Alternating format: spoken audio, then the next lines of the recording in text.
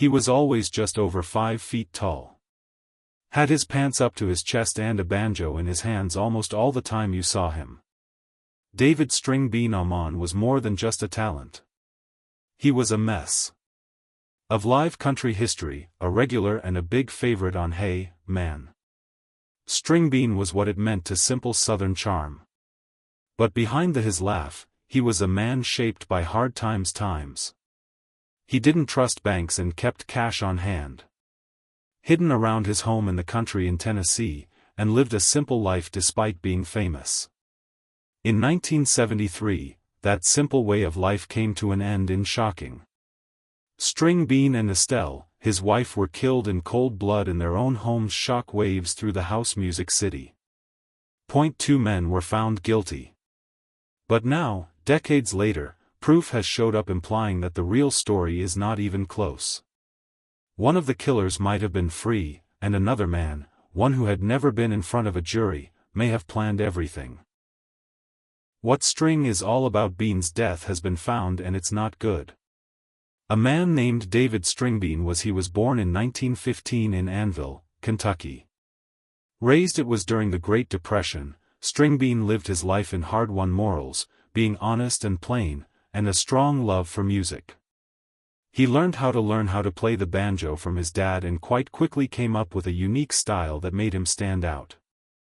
What a clawhammer method, quick fire picking, and due to his funny timing, he became a mainstay in early bluegrass and country music scenes. String served in World War II and then Bean went back home and slowly cut out his way in the world of country music. When he joined the Grand Ole Opry in the late 1940s, and from that's where his fame grew. He was beloved not just for his songs but also for being humble. Despite rising fame, Stringbean never showed off his money. He was known for being cheap and driving used cars, and still living in old clothes could get by with less. This wasn't out of it was fear, not stubbornness. Stringbean didn't trust banks. After seeing friends lose their money during the Depression, he began to keep money hidden near his house. He and his spouse Estelle lived in a small, simple house just outside of Music City. Things were changing, though, all around them. As Stringbean's his time on Hi-Ha brought him fame. National fame, reports of the money he spread from people who were staying at home. In the country music, fans are very close to each other, it wasn't hard for word to get around. Some people say he told too many people about his don't trust banks. Some people say it was family or friends who whispered his telling lies to the wrong people. No matter the source, someone paid attention and chose Stringbean was a goal. By 1973, Stringbean was in his late 50s. He still picked up at the Opry his banjo very quickly, and still made millions of people laugh. But danger was building up behind the scenes. 2 young guys, John and Marvin Douglas, were said to be looking at Stringbean's cabin, thinking it held a lot of money in cash. These weren't longtime crooks. They were just floating around, twins whose criminal records aren't perfect and big hopes for quick cash. They wanted to do more than just steal from Stringbean. Later interviews said that they felt had the right to what he had.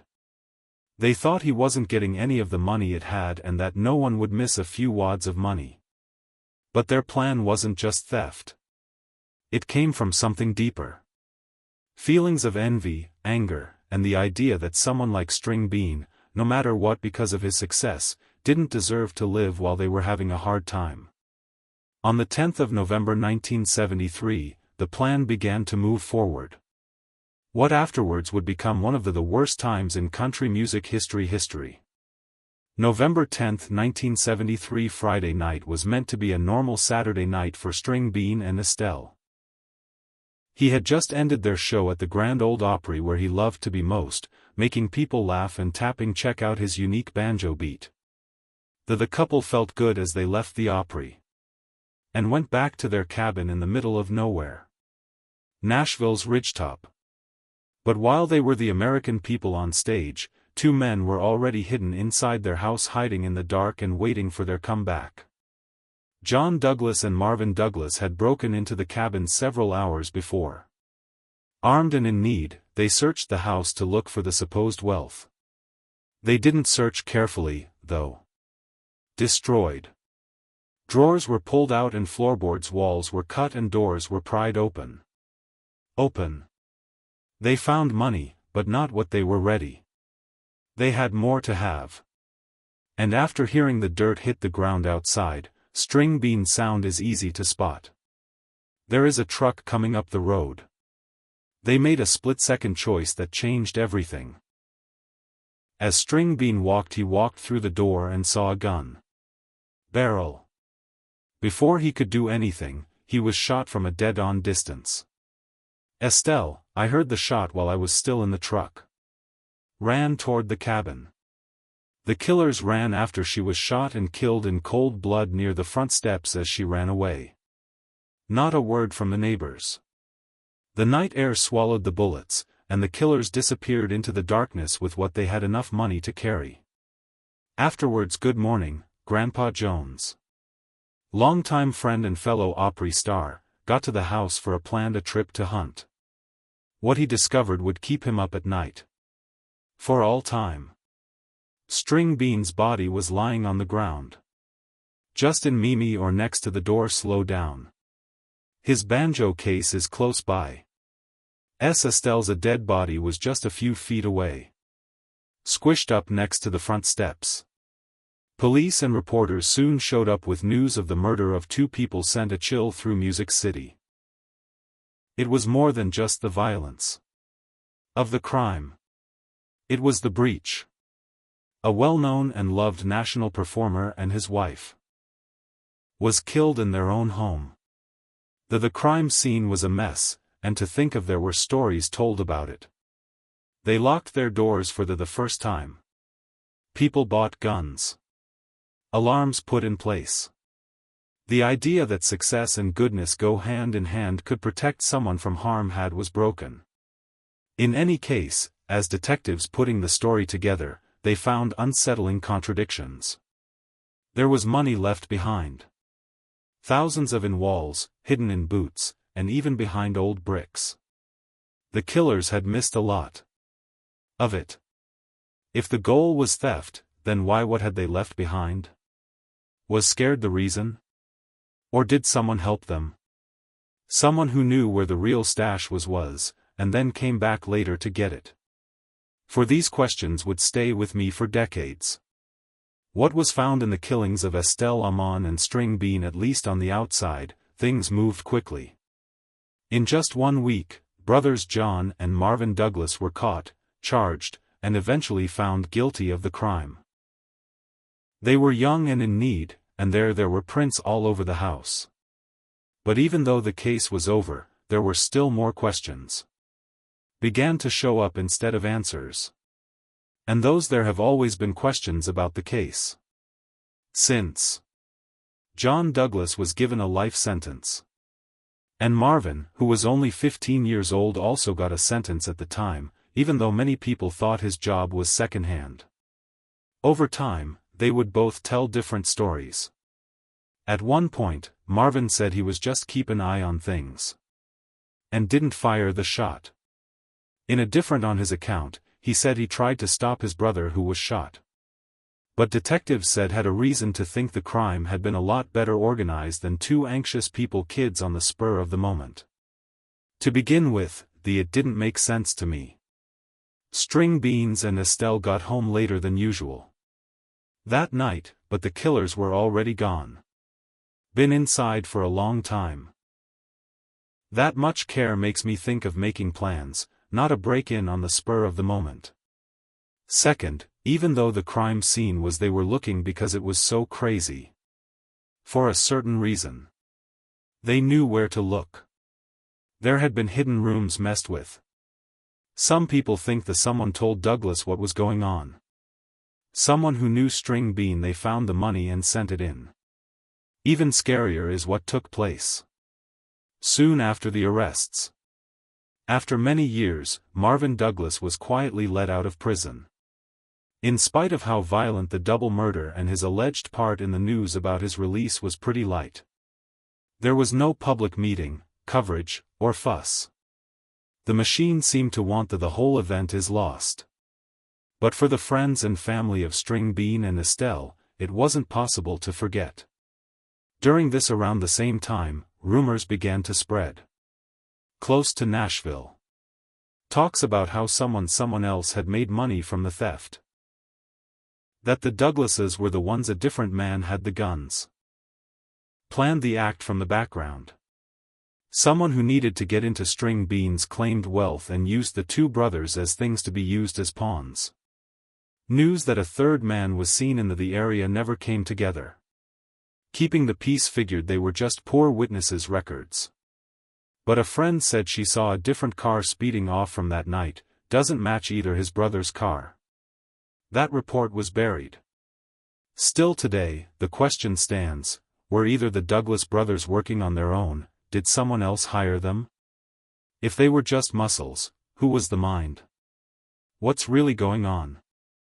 And if that man is real, how has he been able to stay free for 50 years? The Stringbean has changed because of this idea. The case went from a clear-cut theft to one of the scariest unsolved some mysteries in the past of country music. When the killings were over, Nashville's country music scene was shook to the core. Safety turned into a new goal for a lot of Grand Ole Opry performers. Putting in security systems and locking doors, and having guns in their homes. That had never been the norm before. But Stringbean's death changed things. Everything. The thought that someone so liked and humble, they could be killed with a gun. In cold blood by strangers for money sent Music City felt a wave of fear. But for people who knew Stringbean for me, the mental cost was even bigger. Grandpa, his best friend, Jones, the person who found the bodies, things were never the same. In line with he stopped looking for those close to him, became more private and fought depression in the years that came after. Jones testified in the case of the Douglas, but it was clear that he blamed himself for not getting there faster or not being able to stop what was going on. Besides Stringbean's family, they were left to not only deal with the grief of losing someone, two friends and family, but the mess behind. B and Stringbean didn't have any children and a lot of their lands, even supposed hidden cash, was never found. Officially taken into account. The log house, even though it played a part in one of the darkest nights of country music, were left break down. It was finally taken down, rumors are all that's left behind. Talks of there is still money buried in the ground or in the trees that surround the house. The money added a new twist to the mystery. Even though Stringbean lived frugally, most people think he had built up a small fortune. Estimates will vary, some say he had more than $50,000 and there is cash hidden all over the house. A big amount of money at the time. Not even a quarter police were able to get some of it back. Where did the rest go? That's where there are new doubts about a third man. Someone who used to know the Douglas after years in jail, brothers said conversation that they were told to do that, you know where to look in the house. A simple plan had been made by someone, and marked some places, but they got scared. After the killings and didn't finish the work. Again, this source said the man behind the plan got to the cabin a few days later, while pretending to be a mourner, and found the rest of the hidden cash. It's a scary chance that the bad guy got away with everything, walked around the crime scene while some people cried and disappeared back into darkness. There were never any charges brought against someone else. The case was looked at. Closed. But it's still been 50 years now. Many people in Nashville think that only half of justice was done. This is more than just a story about a stupid killing. It is about lying, wanting too much, and a memory nearly erased by silence. The most scary part, the man who may have planned it all could still be out there living a quiet life and never be held responsible. As time went on, Stringbean's murder lost its public attention. News stories. But inside of Nashville's, as country music goes around, the wounds never heal. Fully recovered. For fans, the story stayed a sad reminder that even icons didn't feel safe. For people who live near the truth was that it was something darker, a puzzle, with some pieces missing. It wasn't just about the person who shot the gun that night. It was about why Stringbean was picked on in the first place, and who else might have gained from his death. In the year 1996, more than 20 years after the murder, talk of a new lead started to spread in hidden parts of the Tennessee system for handling crimes. An old man detective who had done some short work on the Stringbean case said that their local leaders had put pressure on them to quickly close the case, even if we followed all of the tips. In line with a man was one of these leads, linked to gambling in secret, people who were said to have been getting in touch with the Douglas boys before to the killings. This unknown person, who was never named in report from the cops, was said to have a dislike for Stringbean. The reason, loan not paid back, or rather an unwillingness to pay from Stringbean to help a nearby casino that wants to take over the country, the seal of approval for music. Stringbean is always wary of strangers. Plans and projects, wouldn't lend his name or cash. People think that this rejection made people angry for a long time, that the idea turned into a plan, for it was payback disguised as theft. This idea gained support when a man in prison for a different act in the late 1990s said he was asked about it in 1973 going through a guitar man's house. Person, whose name was hidden to keep it safe, gave information about Stringbean's house that weren't known to the public at the time, just like the handmade safe below the fireplace and the cash bunkers out of sight behind wall panels. He also said the Douglases were not meant to kill anyone. He said the plan was to break in during an op, finish the show, clean up, and leave before anyone got home. But something went wrong. It could be the Douglases either became greedy or freaked out. They might didn't get the whole plan, or maybe they were thrown away from the start. Based on this statement from jail, the mastermind kept an eye on things from a distance and never planned to get his own get your hands dirty. Even with these discoveries, there were no new claims. The person who told the truth but died before he could swear to tell the truth. And the said genius who hasn't been named yet, not charged, and knows that the time for any legal the results. This only made String's damage worse. Bean's family and friends and fans. It meant the system not only let him down in life, maybe even in death. For many, truth and justice was never really done. And there may be a man out there who may have started the whole tragedy still be free to walk. By the early 2000s, Stringbean had changed its name to Country Beauty from the good old days and terrible loss. But for a group of fans and detectives, the interest in his murder, it started to move on its own. Documentaries about real crimes, separate researchers and hobby police began looking into the details, comparing records of trials, looking at schedules and doing talks with people who were still alive. What they found made it worse, more weight to the idea that somebody much more carefully planned had set up what happened that November night in 1973. One idea that caught on came from a former reporter in Nashville who had written about the first murder trial. It was said that Marvin Douglas, that had been the younger of the two boys, admitted it in a jailhouse late at night. Man named R.C. had not been a part of, not only given them the thought, but made a map of the cabin for them. R.C. had said to have worked in the same place as Stringbean sometimes had his car worked on, and had been known to hang behind the scenes at smaller Opry shows. Even though R.C.'s real name was never proven, the names match a man who later moved states and went all the way off-ride after 1974. Making things even stranger was a strange business deal that showed up in Stringbean's probate records. After he died, it was found out that some land assets in Kentucky had been quietly moved to a fake business just days before the murder. Stringbean had never talked to land about in public.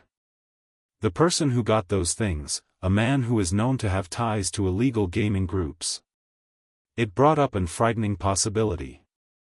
Had Stringbeans crossed into trouble without realizing it, that land? At the same time, Marvin Douglas's release from prison was still a sore spot in the people who like country music.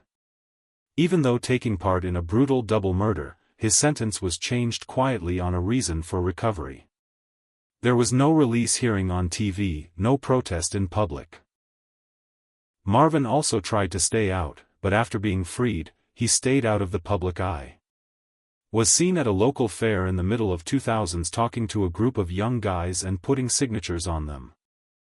When asked about the killings, he allegedly said, "Some people didn't pay me for my time, but I did." That sentence gave those people chills. Someone who heard it. Not all of them did. Whether it was either an admission or a threat that wasn't obvious. Not an in-joke at the legal system, no one knows, but it proved what many things had long thought. There was more to this story is about two brothers who have bad plans. The strings were being pulled by someone else. And in the world of country music, trust is strong, and silence is often holy. That truth stayed hidden for a long time. It took too long. It went from whispers to reports. And whispers turned into ideas. One name they kept coming up among those looking into the death of Stringbean from behind the scenes. A man named Robert C. H. Hargrove. Hargrove wasn't well known, but a place that many people on the edges of Music City.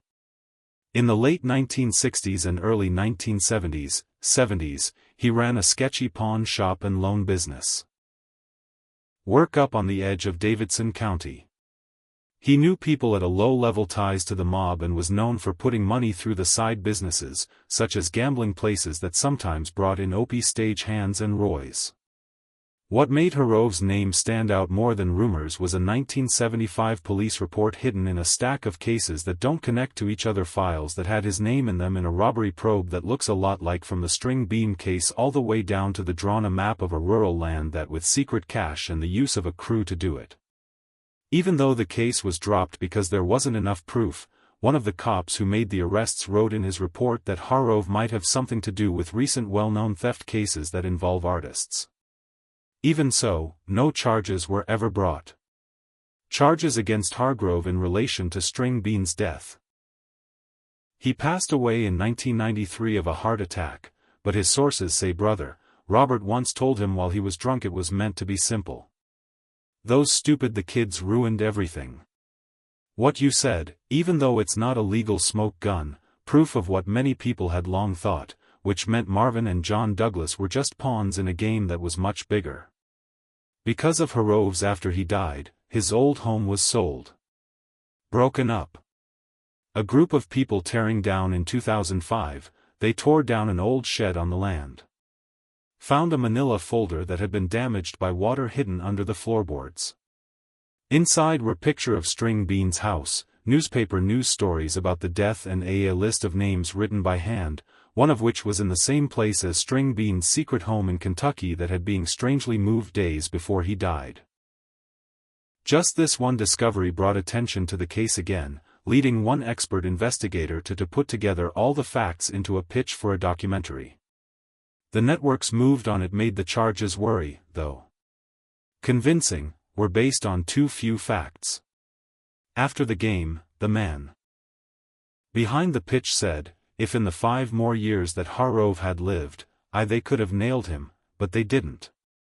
As it is, he died with lies in his pocket and the freedom of knowing he was never touched by a court. Still today, the thought that Stringbean's death was an inside job that was maybe planned by someone he had met by chance or even trust, is still one of the hardest possible outcomes. It wasn't just the loss of not life, but the stealing of justice. Even fans now go to Stringbean's grave, leaving pictures of banjos and old Opry tickets as a gift. But those honors were not there. That hurts to know that while 2 men went to jail, and the man who may have began it all and walked away clean. The last part of String's story, the killing of Bean Ackerman, wasn't just about what took place. It's about what didn't work. Only part of justice was done. And the whole truth, as many people still think, stays quiet. There was one Douglas brother was killed and the other was set free. It's the end of the official story. But not officially, the web of greed and plots is still there. Open wide. The more you look, the more it becomes clear. This wasn't just a violent act. The Douglas family may have the gun was fired by someone else, though. I think they loaded the gun. The strange time of moving Stringbean's land, the old friend who disappeared soon after the murders and the pictures that were found on Harov's land many years later. It doesn't look like a simple theft. Something went wrong. Having too many accidents, there are too many dead ends that look like we're supposed to stay dead. Fans and both country and city scholars still ask the same scary question. And if Harov did plan it, how many other people knew? How many? Did you choose quiet over justice? Was it fear? Loyalty, or just the rules of a small, close-knit music scene that looks out for it should not have, even when it does? String Estelle, Bean's wife, was just as much a gun down before she could scream for help if you have to. Their lives were over. Not in an exciting fight or a car crash, but on the front porch of the they loved their simple home. That picture not just those who remember it, but also not for the violence, but for the safety got lost. They didn't spend much. They had faith, people trusted them, and they paid for it with their lives. The house is no longer there. The killers are either dead or free to roam. If there was a planner, he took his keep lies until the end. But the wave effects are still heard. Grandpa Jones, who was never the same after finding the bodies. The OP was never the same. The artists stopped putting up show ads in their front windows. Some people bought guns. Some folks left town. In general. Still, Stringbean's influence lives on. Every time a banjo plays on that stage,